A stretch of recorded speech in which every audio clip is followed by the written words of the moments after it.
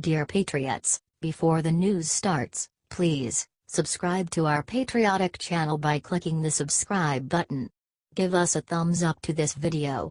Don't forget to leave your opinion below in the comments section. Share the news on Facebook and Twitter so you friends see it. Thank you. Melania just fired back at Ivana for calling herself the real First Lady, who won. President Donald Trump's first wife Ivana is the mother to Eric, Donald Jr., and Ivanka, the three children who have taken the most active roles in Donald Sr.'s political career. Naturally, she would have an ear to the ground about what has been going on in Trump's presidency. However, Ivana may have overstepped the line when she told ABC News that she considers herself a First Lady. Said Ivana in her interview, "I have the direct number to White House, but I don't really want to call him there because Melania is there, and I don't really want to cause any kind of jealousy or something like that because I'm basically first Trump wife, okay? I'm First Lady, okay?" This did not go over so well with Trump's third wife Melania, who is America's actual First Lady. Responded Melania via her communications director Stephanie Grisham, "Mrs. Trump has made the White House a home for Barron and the President. She loves living in Washington, D.C., and is honored by her role as First Lady of the United States." Grisham then referenced the fact that Ivana has been promoting her new book, adding about Melania, "She plans to use her title and role to help children, not sell books."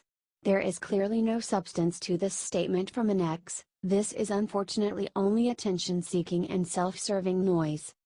It is not surprising for the two fiery Eastern European women to get so territorial with each other. Some tension has simmered between them, particularly since Ivana's kids are so ever-present in Melania's White House. Ivana also revealed in the interview that she speaks with President Trump on the phone once every 2 weeks. Who do you think won this catfight, Ivana or Melania?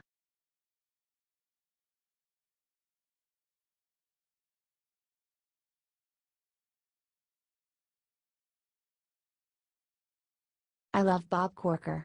Scarborough makes emotional confession after President Trump attacks Corker. President Trump unleashed some tweets against Senator Bob Corker.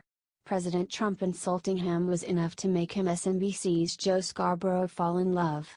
"Senator Bob Corker begged me to endorse him for re-election in Tennessee. I said no and he dropped out, said he could not win without my endorsement. He also wanted to be Secretary of State. I said no thanks.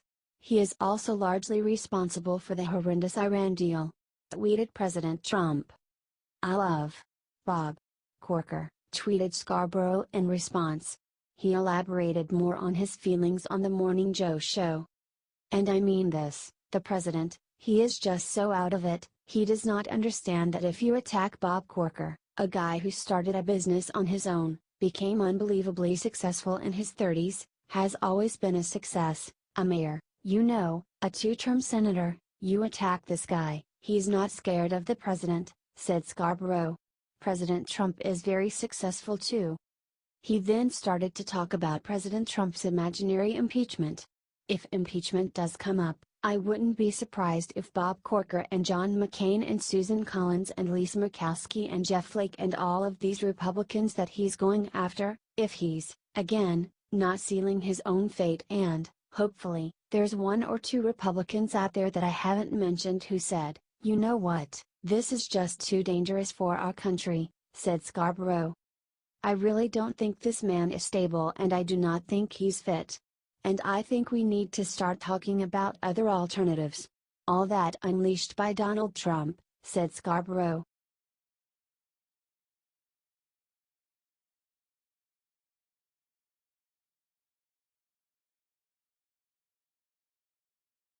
Evil lives among us. Dana Loesch just proved SNL comedians are total hypocrites. It is truly despicable how liberals jumped on the mass shooting tragedy in Las Vegas and have been politicizing it in hopes of getting their widely rejected pet gun restriction legislation passed. The most disturbing part of this push is the help they have been getting from liberal comedians such as Jimmy Kimmel and the cast of Saturday Night Live. National Rifle Association spokeswoman Dana Loesch recently appeared on Fox and Friends and pointed out how these self-righteous comedians are both completely wrong as well as being total hypocrites when it comes to their own protection. Said Dana to Steve Doocy on the show, "I'm not going to take any kind of firearm lecture from people who clearly don't either own them or have never even fired them. And don't even understand the concept of self-defense either." Responded Steve, "Something I would ask them is, what is the correct number of guns? I haven't heard anyone say an American should only have blank number of guns or one gun or no guns. Actually, I've heard a lot of people say no guns." Dana replied about banning guns, "I'm curious to see how they would propose that to work because you would need firearms to go door to door in houses all over the United States to millions of Americans and confiscate said firearms. To that point, there are millions of Americans all throughout the country, some of them, yes, even own 40 firearms. And you know what? They've been owning these 40 firearms for decades." She added, "And that's the thing. Evil lives among us, and I've said this before, it's real. You have to deal with evil. And I certainly want to be prepared to deal with evil or with a monster with the ability to defend myself as opposed to not having that ability to defend myself." Loesch then brought up how Saturday Night Live actors use armed security guards, stating, "They have the luxury of being able to tell everyone else to disarm because it's class warfare. These individuals can afford private security. They work in a building with armed guards. And you know they wouldn't go one single day without those armed guards."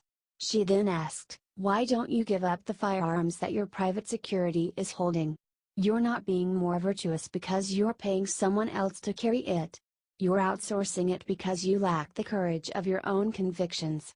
Do you agree with Dana?"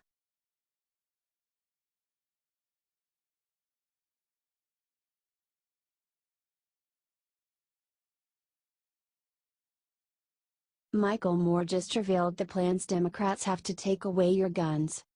Michigan native Michael Moore often brags about how much credibility he has regarding the gun issue, since he is a lifetime member of the National Rifle Association. Predictably, however, this Midwesterner is fully aligned with coastal liberals when it comes to trying to dramatically increase gun control laws. Democratic politicians have been busy trying to exploit the murders of 58 music festival attendees in Las Vegas at the hands of a psychopath by calling for new gun control legislation. Some have even gone so far as to want to get rid of the U.S. Constitution's Second Amendment altogether. Recently on his Facebook page, Moore presented his own proposal for repealing the Second Amendment and replacing it with a new 28th Amendment. It gives plenty of insight into what Democrats are thinking about in terms of gun control legislation. Wrote Michael, Michael Moore, along with all who support an end to this epidemic of gun violence, propose a new amendment to our Constitution that repeals the ancient and outdated Second Amendment, which was written before bullets and revolvers were even invented, and replaces it with a new 28th Amendment that guarantees states can have state militias, aka state national guards, which are made up of citizen soldiers who are called upon in times of natural disasters or other state emergencies, allows individuals to use guns for sport and gathering food, and guarantees everyone the right to be free of, and protected from, gun violence, i.e., the public's safety comes ahead of an individual's right to own and fire a gun. It gets far worse, as Moore says, as over 90% of gun violence is committed by men. In order for a man to purchase a gun, he must first get a waiver from his current wife, plus his most recent ex-wife, or any woman with whom he is currently in a relationship. If he's gay, he must get the waiver from his male spouse/partner. This law has greatly reduced most spousal, domestic gun murders in Canada. He also says, all automatic and semi-automatic guns are banned. Adds Moore, once guns must be stored at a licensed gun club or government-regulated gun storage facility. Believing that having a gun in your home provides you with protection is an American myth. Will you fight back against this liberal extremism?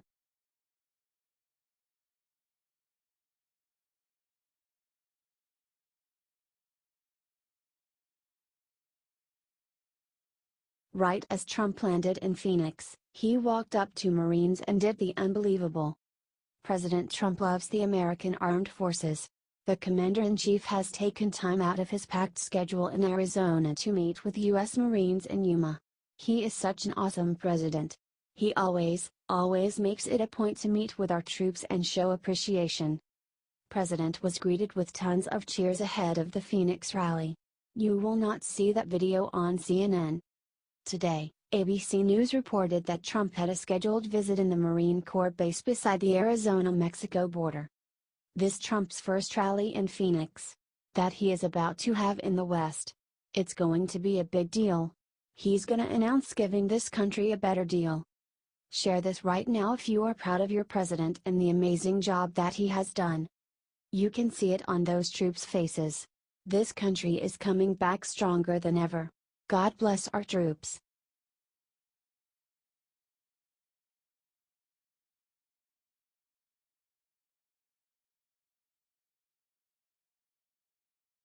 Nikki Haley just brought the smackdown on CNN and the rest and made Trump so happy. It seems like the media is doing everything it can to keep hate groups, like neo-Nazis and white supremacists, in the spotlight. So, who, really, is it that's supporting the hate? And the haters? According to Nikki Haley, UN ambassador, these hate groups are seeking to divide our nation and we cannot allow that. We should be minimizing them, not keeping them in the limelight. She was pleased with Trump's message about fighting bigotry, which he delivered as part of his address Monday night. Trump said, "When we open our hearts to patriotism, there is no room for prejudice, no place for bigotry, and no tolerance for hate." Haley also said, to CNN, "I will tell you that there is no room for hate in this country." And she defended our president regarding his remarks about the Charlottesville violence, saying, "He clarified the fact that there is no room for bigotry in our country." Well, we all know that. I don't think I've ever been more disgusted than I have been recently, at the way the MSM has twisted the president's words, and spread complete lies. It is they who are spreading hate and encouraging violence. Did you see what happened in Houston yesterday? Yay, a man, reportedly a member of Antifa, was arrested yesterday for intent to plant a bomb at a Confederate statue. But try to find that story in the MSM. Like, really, try. If you support our president, and know he promotes love, peace and not hate, please share this everywhere. The Washington Examiner.